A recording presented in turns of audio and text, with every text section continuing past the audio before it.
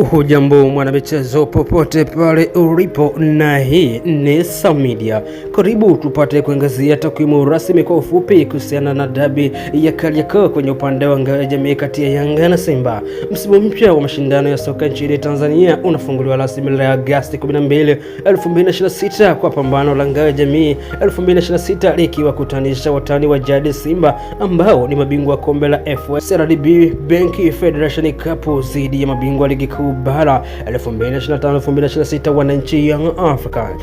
Mchezo huo wa dabi ya Kariakoo utapigwa majira saa 2:30 za usiku katika dimba la New Amani Complex Zanzibar, huku kila timu ikiangazia kufungua msimu na kombe baada ya filimbi ya mwisho mwamuzi Ahmed Arajiga atakayesimamia sheria 17 za soka kwenye mchezo huo. Wekundu wa Msimbazi Simba ndio mabingwa mara nyingi wa mashindano haya yaliyoanza mnamo mwaka 2001 wakitwaa kombe la ngao ya jamii mara 10, huku wananchi wakitwaa mara 9 tu.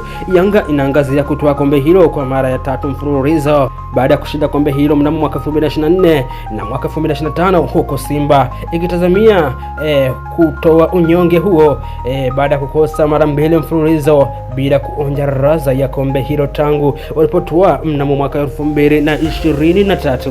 Je, mchezo huu ambao unatarajia kuchezeka majira ya saa 2:30 za usiku unadhani ni nani kutoa ubingwa huu? Yanga wamesajili, Simba nao wamesajili. Wewe una maoni gani? Hebu tupe maoni yako po, tudondoshe comment yako na sasa kufanya tutapitia maoni yako na tutakujibu.